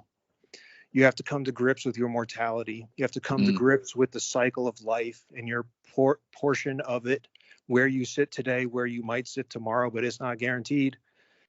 You have to go back to what the questions are. She had questions that needed answers. That's worth a life, because the answer is going to fulfill the living thing that is human culture. Okay. Your impact in this universe, literally. So you have, let's just say 75 years. You count up the fucking seconds, your entire impact will be gone. You will be a dry riverbed someday. You will be dust in the wind. But if you have one of two things, increased life, the chain of life, literally, biologically, or increased the chain of cultural life, meaning culture is alive. It's a living thing. Mm-hmm. And if you've contributed to either of those signals, you are now immortal. Mm-hmm. No one can take it from you. You cannot die. You are in hell. You're in heaven. Okay, pile on the metaphors. Whatever humans have designed as our metaphorical, what is it with Buddhists? They enlightenment or Zen. Right. Or whatever. I mean, wherever you go or whatever happens or whatever, it's going to happen no matter what. And so the thing about humans as a derivation of primates in general, or just the great apes, is courage. It's overcoming fear to get to a greater good. That's not going to be for you. It's going to be for your people. And for planting trees. Planting trees, 100%. But here's what we get. The selfish nature of the chimpanzee is that I want to live in the society where everybody wants to plant trees. Now, it breaks down if you say, I'm just going to eat the trees and I will never plant them, because everybody wants to live in that society. But do you have to do anything? Well, maybe not. Maybe I'll ride. And they'll carry me. And I don't have to do the hard work. I don't know. So there's a game theory that gets involved. Sure. But my point is, the chimps in the jungle, they cannot fight other than an imbalanced fight. It will be 5-on-1. So when they catch you, they're going to have one on each leg and one on each arm, and then the other one's going to go for your eyes and shit. That's how they play. They don't have the courage of standing up against a mob, and it might be your end, but you're a fucking tank man. I don't know if you guys know the reference of Tank Man. This is Tiananmen Square. Oh, yeah. Yeah, totally. You got a column of 60-ton tanks coming at you on a thoroughfare, nothing in the way. And you're 165 pounds soaking wet carrying 2 grocery bags. Okay. Who's in charge? Who's in charge right that moment? Now, I'm going to tell you something very special. Tank Man was in charge because he knew there was a fork at play. He was putting something on the tank drivers and everybody who controls the tanks that they couldn't deal with, which is he was willing to put everybody in front of the tank. Meaning if he got run over, he was betting that would be the end. Society would come crushing down when the signal got out, because he's in the middle of somewhere. Someone's taking a picture, and he was right. He was right. Right. Yep. Someone's taking a picture, and when they show a man just squished into the street, just run over like a dog, this whole facade will come down today. And the bet is, when the world sees how powerful one man can be to stop a column of tanks, they will come down tomorrow. So he wins either way. He wins either way. He knows the cycle is worth the bet. He knows he wins in that moment by being the man on the fucking street in the right place at the right time. He had his moment to show the weakness of the system, that one can stand against many. Yeah. And that's powerful. That's powerful. Oh, Nothing stops that. Nothing. Yeah. So the sacrifice I don't know, is the thing. The whole coming to terms with mortality, I think science helped me with that in a way, because the way I look at it is, physically, I've always been here. You go back far enough, we were all hydrogen, and through supernova and created all the elements that eventually came together in me. And those elements are always going to be here. So physically, we've always have been and always will be. We're just only aware of it for 75 years. Yeah, right. Interesting. Yeah. We're all just pieces of the universe. We're just not always aware of it. Yeah.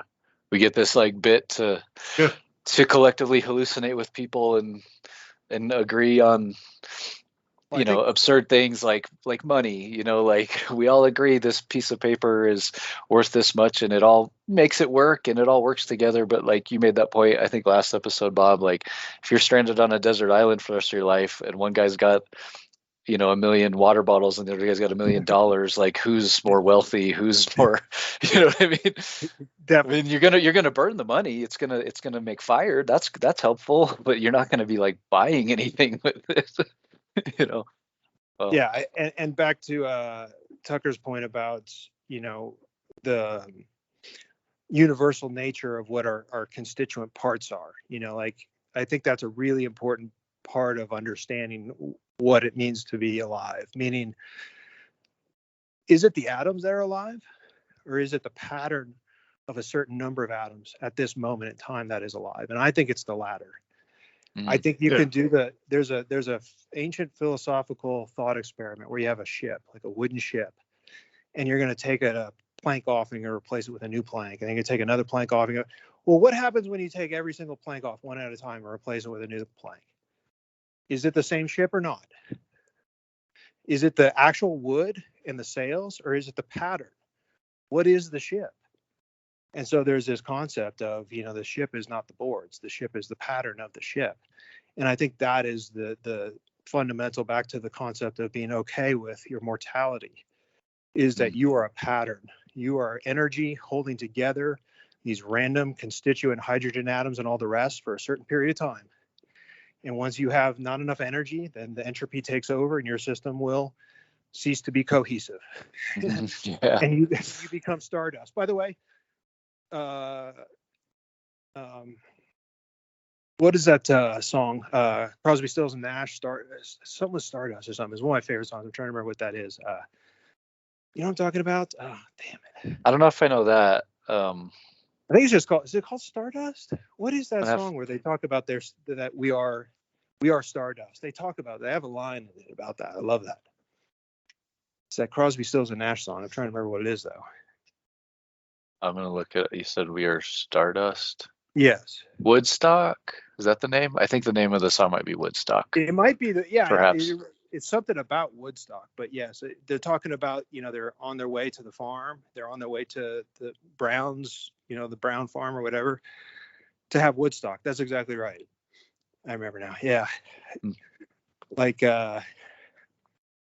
anyway, do yourself a favor. Listen to it tonight. It's a great song. Yeah, well, I'll have to do it. We, just a side note, because you mentioned Crosby, Stills and Nash, we listened to Sweet Judy Blue Eyes on Friday night and read the lyrics, and the song's great. Yeah, but the lyrics are very weird at a moment. He's telling, I don't know, you probably picked up some meaning. This will be fun. I'm gonna say this is what our experience, and you'll be like, the doo-doos.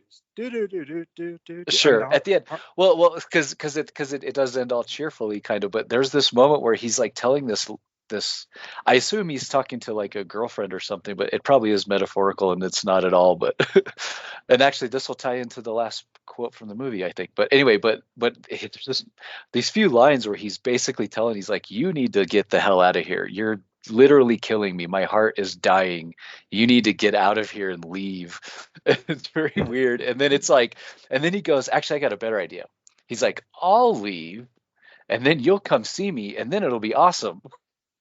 It's very wait a sec, yeah, we were like, why isn't it just awesome already? Why is everybody? I mean, it's like, I am dying. My heart is it's very weird. And then at the end, it's all do all yay. There's got to be some. I'm sure there is some meaning. So yeah. So to tie it back in, sort of. I don't know. This is again a stretch, but this last bit before we wrap it up, one of my favorite scenes in the movie or exchanges of dialogue. It's with Drumlin. He's kind of being interviewed because the selection committee picked Drumlin. Again, we kind of hinted at that. He played to the whole faith thing. He says specifically something like, "I would hate for the person, to meet the person we send to meet the aliens for the first time to not represent the values we all hold most dear or we cherish most." It's very definitely just here's what you want to hear. I'm gonna say it. Yeah, I forget the exact line. It was so pandering, though. Yes, exactly. Pandering, that's the word. Yes. So, anyway, so he tells Ellie, he's like, "Ellie, I know you must think this is all very unfair. Maybe that's an understatement. What you don't know is that I agree. I wish the world was a place where fair was the bottom line, where the kind of idealism you showed at the hearing was rewarded, not taken advantage of. Unfortunately, we don't live in that world." And do you guys remember what she says? She goes, "Funny, I always believe that the world is what we make of it. And it's just like, again, just this mic drop shit of like, yes, yeah, exactly. We don't live in this world because you choose not to create that right. world. Right.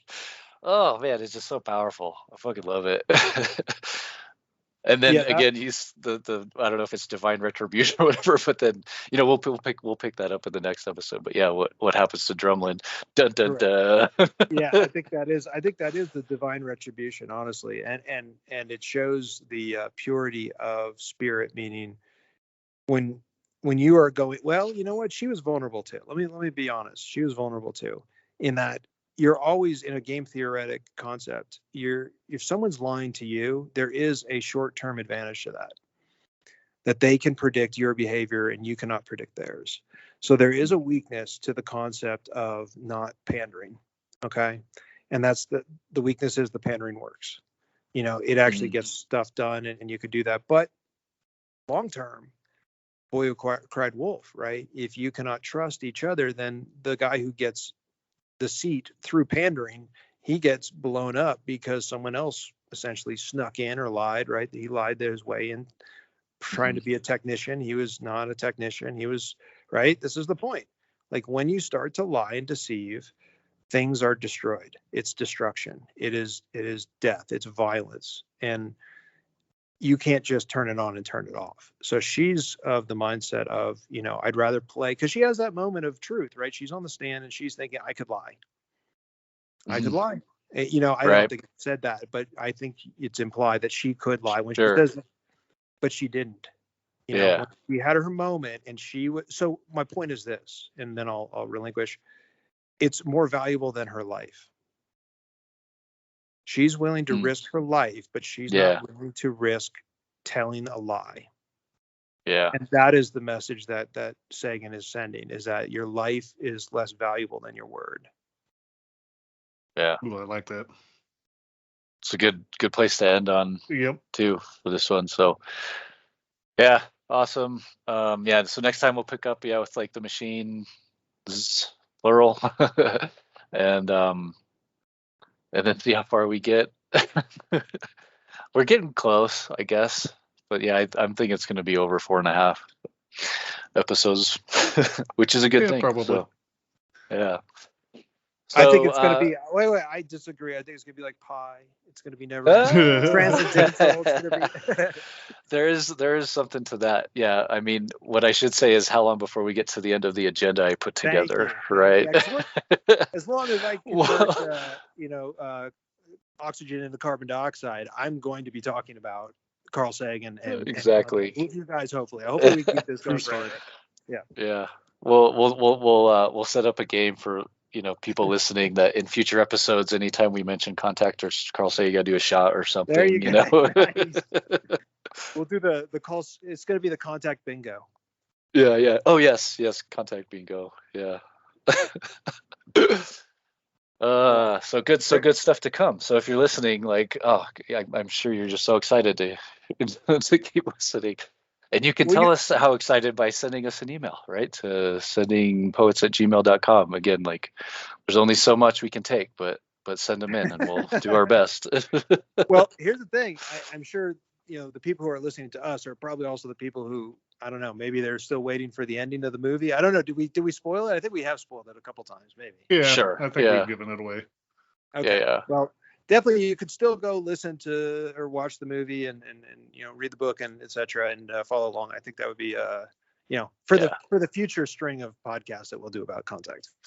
Yeah. I would say by the end of this, it will probably take you less time to read the book than it will to listen to us talk about it. That's the bet. I want to track. Yeah, the audiobook is this many hours, and we did this many hours of podcasting about commentary. This is like when the commentary is 4 times the length of the movie itself. Yeah. Right. Yeah. Awesome. All right. Well, yeah, we'll call it good here. Thank you guys. Thanks for listening. Anybody's listening. Until next time. Oh yeah, what was the I should have wrote this down. You're never alone as long as you have a poet in your pocket. I think it was John Quincy Adams. So huzzah. Nice. Huzzah. Cheers.